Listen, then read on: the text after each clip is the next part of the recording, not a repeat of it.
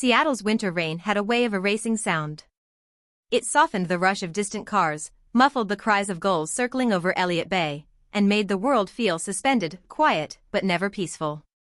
Emily Ross often said she liked the rain because it meant she could blend into a city already wrapped in gray.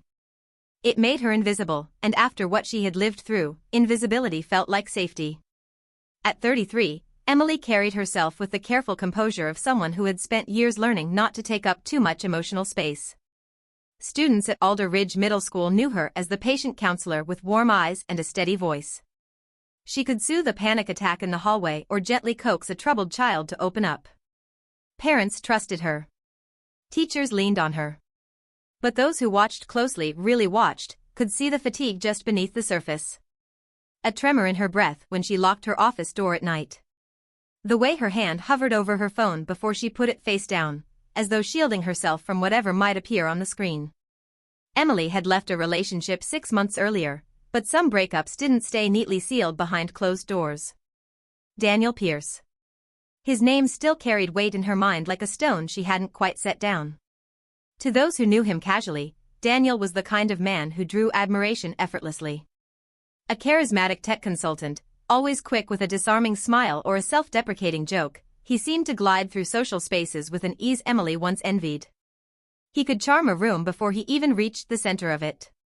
But charm, as Emily learned too late, often had a sharp underside, an edge too thin to see until it cut you. In the early months, Daniel's attention had felt intoxicating. He memorized her coffee order, left handwritten notes on her windshield, and insisted she deserved more than what the world had given her.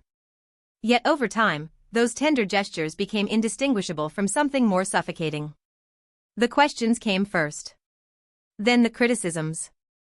Then the subtle, quiet way he convinced her that her world should orbit his. By the end, Emily felt not loved, but managed. She ended it the night she realized she had stopped recognizing her own reflection. But endings, she would soon learn, meant very little to a man who believed he was owed closure on his terms. In the 6 months since, the signs had been small, just small enough to dismiss, yet too precisely aimed to ignore. A single missed call from an unknown number that left only breath on the voicemail. An email was sent to her personal account with no subject line, only a blank message. A coworker mentioning that Daniel had asked about her well-being in a tone that carried too much curiosity. Emily told herself it was a coincidence. It had to be. But some nights, walking to her car beneath the dim security lights of the school lot, she felt it, a prickling awareness along the back of her neck, as though she wasn't as alone as she appeared. It was subtle. Fleeting. Yet in the deep, rain-soaked quiet of Seattle, even a shadow could feel like a warning. In the weeks that followed, Daniel Pierce didn't storm his way back into Emily's life. He was far too strategic for that. Men like him, polished, articulate, and endlessly composed, rarely resorted to the blunt instruments of harassment. Their methods were quieter, more precise, and far more difficult to trace. It started with a phone call to Alder Ridge Middle School's front desk, placed during the early morning lull when the office staff was still settling in. The caller never gave a name, only mentioned he was concerned about one of the counselors. He said Emily had been struggling emotionally, hinting at instability in a tone heavy with false sympathy. The receptionist, new and unaware of Emily's spotless reputation, logged the call as protocol required. It was nothing more than a brief entry in an administrative binder, but it was the beginning. Daniel understood institutions. He knew that whispers carried more weight when spoken to the right people at the right time. And he knew that if he sounded calm, compassionate, and vaguely worried, he wouldn't seem malicious. Concern, after all, was easier to believe than spite. Soon after, one of Emily's friends, Kayla, someone they had once double-dated with, sent a hesitant text. Daniel said he's worried about you. Are you okay? Emily stared at the message, feeling a coldness coil in her stomach. She hadn't spoken to Kayla in months. How many others had Daniel contacted? How many would see him as a caring ex simply checking in? Daniel embodied that prototype perfectly. He crafted his narratives meticulously, always ensuring that he appeared rational, patient, even noble. Behind closed doors, however, his anger simmered like oil on low heat, quiet, controlled, but ready to flare. Emily began noticing shifts in the ways people interacted with her. A teacher she regularly consulted with seemed unusually guarded. Another coworker made an awkward comment about rough breakups and quickly changed the subject. None of it felt overt. Just subtle distortions in the atmosphere around her, barely their suggestions that something was off. And every time Emily tried to dismiss her growing dread, a new reminder surfaced. A message left on her voicemail: "Hope you're holding up. Daniel said you've been overwhelmed." A neighbor mentioning that Daniel had driven by her apartment complex looking concerned. An email from a mutual acquaintance who claimed Daniel just wants you to get help. The narrative he was crafting was elegant in its cruelty. He was the devoted ex-partner, wounded but caring, while Emily was fragile, unstable, perhaps even dangerous to herself. It was a portrait painted delicately enough that no one could accuse him outright, but unmistakable to the one person forced to live inside it. At night, lying awake in her small apartment, Emily tried to catalog every strange sign, every offhand comment, every accidental revelation. But the more she tried to construct meaning, the more unsteady she felt. Was she imagining some of it? Was she overreacting? That was the trick of Daniel's kind of manipulation. It made its target doubt not just the situation, but their own perception. Outside, rain streaked down her bedroom window in long silver lines. In the dark, they looked like cracks forming across glass, fractures spreading silently, slowly, before anything actually shattered. The first official complaint arrived on a Thursday morning, delivered in a sealed interoffice envelope stamped confidential. Emily had been sorting permission slips for an upcoming field trip when the principal's assistant appeared at her office door, her expression caught between concern and bureaucratic neutrality. "Emily, the principal would like to see you." In the principal's office, the envelope was opened and its contents unfolded slowly, as though handling something fragile. Inside lay a printed email sent anonymously to the district's oversight committee. The message alleged that Emily had been emotionally inappropriate with a student, no names, no dates, just enough insinuation to feel poisonous. Emily felt the air shift around her, thinning like oxygen at high altitude. It was the kind of allegation that didn't need detail to be damaging. Accusations involving children spread through institutions like wildfire, needing little more than suggestion to scorch reputations. Despite the principal's reassurance that this was likely nothing, Emily felt a chill settle deep inside her. Within a week, more anonymous complaints followed. Each one sharpened with greater specificity, as if the author were learning how to aim more precisely with every attempt. They referenced confidential details about Emily's schedule, conversations she'd had with students, and private caseload assignments no outsider should have known. Daniel. Of course it was Daniel. But suspicion, Emily knew too well, was not evidence. Then came the screenshots. The district received a series of text message captures that allegedly showed Emily discussing a student in an unprofessional, and worse, suggestive, manner. But the font spacing was off. The timestamps didn't align. And something about the tone didn't sound like her. Still, the damage had been inflicted. Screenshots had a way of making lies look like truth wrapped in digital certainty. For the first time in her career, Emily was asked to step back from her caseload until the situation could be clarified. She walked out of the building that afternoon with her belongings in a cardboard box, her coworkers watching her with a mixture of sympathy and blurred suspicion. The hallway felt longer than usual, the fluorescent lights harsher. Every step echoed. Every whisper behind her felt directed at her back. At home, Emily sat on the floor beside her couch, the box of office supplies still unopened. She couldn't bring herself to touch it. It felt like a collection of artifacts from a life suddenly ripped away. This wasn't impulsive revenge, it was orchestrated destruction. Daniel knew the one place Emily felt she made a difference, the one part of her life untouched by his manipulation.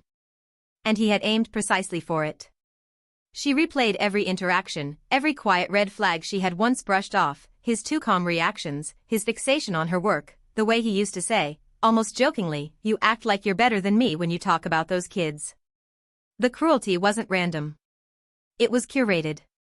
Daniel understood her fault lines intimately and struck where it would fracture her most completely. Still, in the midst of the devastation, tiny inconsistencies gnawed at her, details in the forged messages, clues in the timing, discrepancies that suggested the truth might one day surface. Not soon.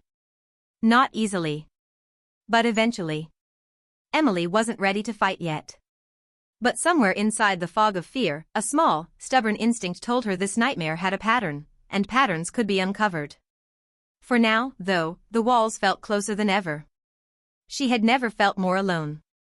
The day Emily received her formal suspension letter, the world seemed to shrink into something small and airless. The envelope had arrived by certified mail, crisp and official, its language clinical. Pending investigation, administrative leave, serious allegations, words that stripped away her identity with all the warmth of a scalpel. By evening, the news had slipped quietly through her neighborhood, the kind of community where people waved from porches but kept mental ledgers of one another's business. She sensed the shift immediately. A mother she'd once counseled crossed the grocery aisle to avoid her. Another offered a smile too tight, too practiced, as if she were trying to hide her own unease. Emily sat alone in her apartment that night, lights off, listening to the rain drum against the window like a relentless reminder of everything she was losing. Her job. Her reputation. Her sense of self. She wondered, briefly and quietly, if this was what Daniel had wanted all along, to reduce her until she was small enough to disappear. But inside that darkness, something finally snapped into place, not a collapse, but a narrowing of focus. She realized she was done being hunted. The next morning, she searched for an attorney not with flash but with steadiness. She found Elaine Markham, a soft-spoken, middle-aged lawyer who specialized in defamation and cyber harassment cases. Elaine's office was tidy, almost minimalist, the walls lined with case binders arranged alphabetically. She listened without interruption as Emily recounted everything, from Daniel's subtle manipulations to the latest forged accusations. When Emily finished, Elaine leaned back, hands folded. People like Daniel, she said quietly, rarely stop at half-truths. They fabricate because they believe they won't get caught. Her tone wasn't dramatic. It was factual. Grounded. Reassuring in its precision. We start by verifying the digital evidence, Elaine continued. Lies leave fingerprints. She referred Emily to Connor Hale, a digital forensic specialist known for his meticulous work. Connor was younger than Emily expected, with dark hair pulled back neatly and a demeanor that bordered on clinical. He connected her phone to his workstation, opened the files she brought, screenshots, emails, timestamps, and examined them with the kind of patience only someone intimately familiar with deception could possess. For almost an hour, he said nothing. Then, without turning from his monitor, he murmured, "This metadata, it's inconsistent." Emily's heart thudded once, sharply. Connor zoomed in on the details, unraveling them piece by piece. The supposed screenshots had been modified, cropped in ways that revealed manipulation at the pixel level. The accusation emails originated from an IP address routed through a VPN, one registered to a location in Oregon where neither Emily nor her school had any connection. And buried in the headers of one message was a timestamp that contradicted its claimed date entirely. These weren't made on your device, Connor confirmed. They were constructed to look like they came from you. For the first time in weeks, the fog around her life thinned, just enough for the outline of truth to emerge. A timeline began forming. A pattern. The kind of pattern often wrote about, one where darkness thought it had buried its tracks, never expecting a quiet professional to illuminate them. Emily wasn't safe yet. She wasn't even close. But the ground beneath her felt firmer than it had in months.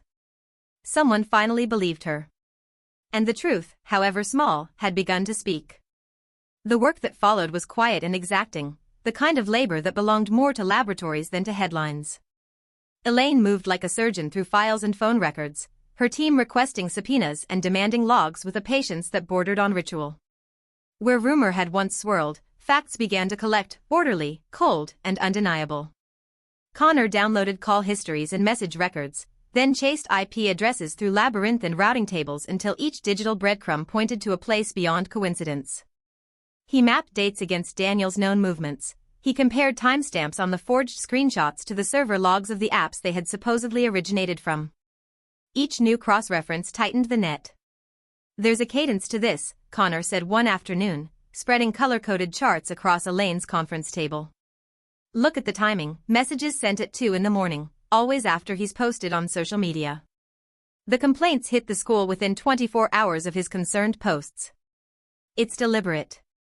Elaine nodded, her face a mask of controlled resolve. She began to draft a chronology that would be presented to the court, a step-by-step reconstruction of how a private grievance had been converted into a public campaign of ruin. The chronology read like a map of escalation: friendly texts, then rumors, then fabrication, then the engineered documents meant to end Emily's career. As the evidence mounted, so did the courage of others. Quiet messages arrived at Elaine's office, testimonies from women who, after reading a public piece about Emily's case, recognized patterns from their own lives. They wrote not out of malice but out of solidarity, brief notes describing eerily similar approaches, the same charm followed by strategic undermining, the same soft accusations that bloomed into reputational damage. One woman recalled a workplace incident where Daniel had arranged for her to be reassigned after planting a rumor about her competence. Another described a relationship where small financial manipulations had left her credit precarious, subtle thefts dressed as loans. Their accounts were not sensational. They were quietly devastating, the accumulative effect more incriminating than any single dramatic confession. Elaine compiled the testimonies into a confidential packet. Each story on its own might have read as a disgruntled complaint.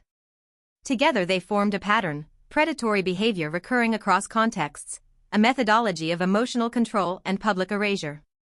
That pattern would be central to the legal argument, not merely that Daniel had lied about Emily, but that he had a practiced toolbox for destruction. In preparation for court, the legal team rehearsed the presentation of technical evidence so that jurors, ordinary people with ordinary lives, could follow its logic. Elaine insisted on clarity: no theatrics, no showboating. "We make it simple," she said. "We show who did what, when, and how. Complexity favors the deceiver. Simplicity favors the truth."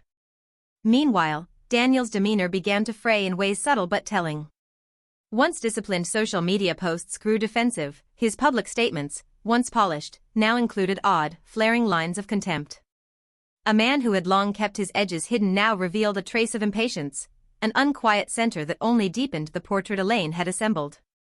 As the filing deadline approached, the case no longer felt like a private calamity.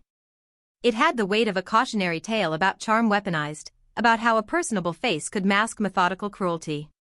Emily, watching the packet of testimonies and logs grow thicker each day, felt something like vindication settle in, not the vindication of a triumphant woman, but the steadier relief of someone seeing a terrible confusion finally begin to make sense.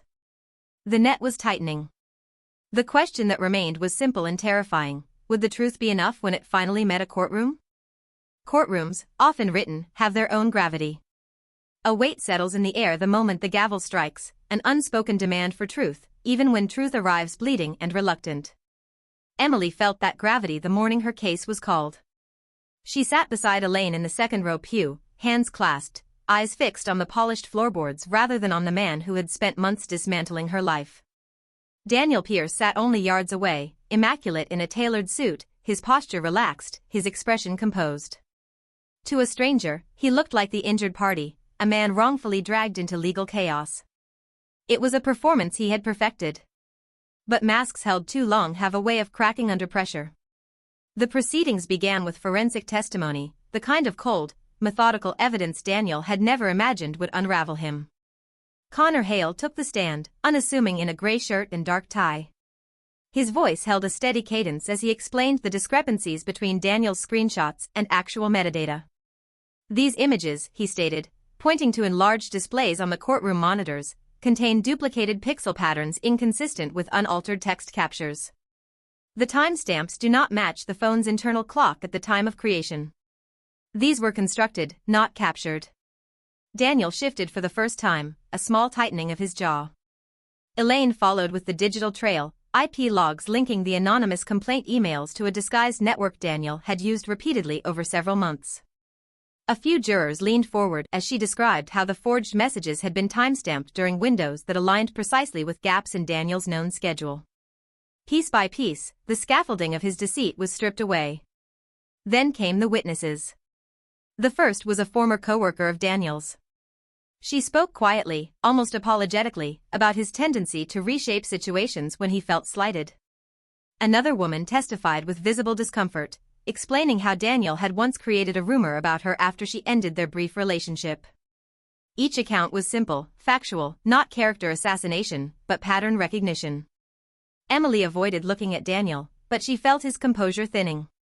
The charm that had once coated every inch of him was leaking away, replaced by a brittle, barely contained agitation. His hand gripped his pen too tightly. His knee bounced in short, sharp movements. Finally, it was Emily's turn. She spoke calmly, though her hands trembled. She told the truth plainly, without embellishment, about the subtle manipulations, the creeping dread, the forgery that had almost ended her career. Pain flickered in her voice, but so did resilience. By the time she stepped down from the stand, several jurors watched her not with suspicion, but with an unmistakable sadness for what she had endured. The judge's final remarks carried a clarity that cut through the tension like a blade. This court finds that the evidence presented demonstrates a deliberate and sustained attempt to damage Ms. Ross's reputation through falsified communications and malicious interference. Such actions represent a profound abuse of personal trust and public responsibility. Daniel's last mask slipped then, not dramatically, but in a single, sharp moment where panic flashed across his eyes. The anti-hero exposed, not the charming, misunderstood ex but a man undone by the precision of truth. For Emily, it wasn't triumph. It was release, quiet, exhausted relief mixed with the devastation of realizing how close she had come to losing everything. But the truth had finally spoken, and it had spoken loudly. The verdict did not end the story, it simply allowed the truth to finally rise above the wreckage Daniel had created. For months, Emily had imagined that justice would feel like a clean, triumphant break, a decisive shift from darkness into light. But real justice, she learned, arrived with a more complicated weight. Daniel Pierce was charged with defamation, cyber harassment, and evidence tampering, crimes that, when listed on paper, still felt strangely inadequate compared to the damage he had done. Yet they were something tangible, something official. His sentencing included probation, mandated counseling, and a restraining order that drew a legal boundary he could no longer cross without consequence. To outsiders, it might have seemed lenient, but for Emily, it was a recognition that his charm could no longer shield him. He had been exposed. Still, even with the legal battles over, Emily carried the invisible bruises of what he had tried to take from her. Trauma, she realized, doesn't vanish when the courtroom empties. It lingers the way smoke does after a fire, thin, acrid, and unwelcome. She flinched when her phone buzzed unexpectedly. She hesitated before opening emails sent by unfamiliar addresses. Small reflexes, all born from months of being hunted through the quiet channels of professional life. Yet healing began in ordinary ways. Her suspension was lifted. The school district reinstated her with a formal apology, acknowledging the harm caused by the false allegations. Her colleagues greeted her with cautious kindness at first, awkward nods, murmured "glad you're back," but sincerity settled in their expressions as the truth became fully understood. Students she had helped in years past left folded notes on her desk, shy smiles peeking through classroom doors. She returned to counseling slowly, one student at a time. She relearned the rhythm of her work, reacquainted herself with the quiet victories, the child who trusted her with a fear, the teenager who finally opened up after months of silence. These moments reminded her why she had fought so hard to reclaim her name. But scars remained, and Emily didn't try to hide them. They were part of her story now, reminders of how close she had come to losing not just her job, but her identity. She understood, with a clarity that came only after survival, that manipulation often wears the face of kindness. That predators aren't always strangers lurking in shadows, sometimes they are familiar hands that once held yours, smiling faces that the world admires. Daniel had whispered lies with precision. But truth, spoken quietly and steadily, had outlasted him. On a gray Seattle afternoon months later, Emily walked along the waterfront, the wind carrying the briny scent of the bay. The city was still the same, rain-soaked, crowded, restless, but she felt different. Stronger. Not untouched, but unbroken. The fight had taken something from her, but it had also returned something she thought she'd lost, her voice. She paused to watch gulls drift over the water, their wings slicing through the sky with effortless certainty. Life, she realized, wasn't about erasing what almost happened. It was about learning from it, understanding that resilience doesn't mean the absence of fear, but the choice to move forward anyway. And in that simple truth, Emily found her quiet empowerment. As this case closes, one thing becomes clear. Truth may bend, but it never breaks. If you want more stories where justice rises from the shadows, subscribe. And stay with us for the next chapter of what people do in the dark. And what the courtroom reveals in the light.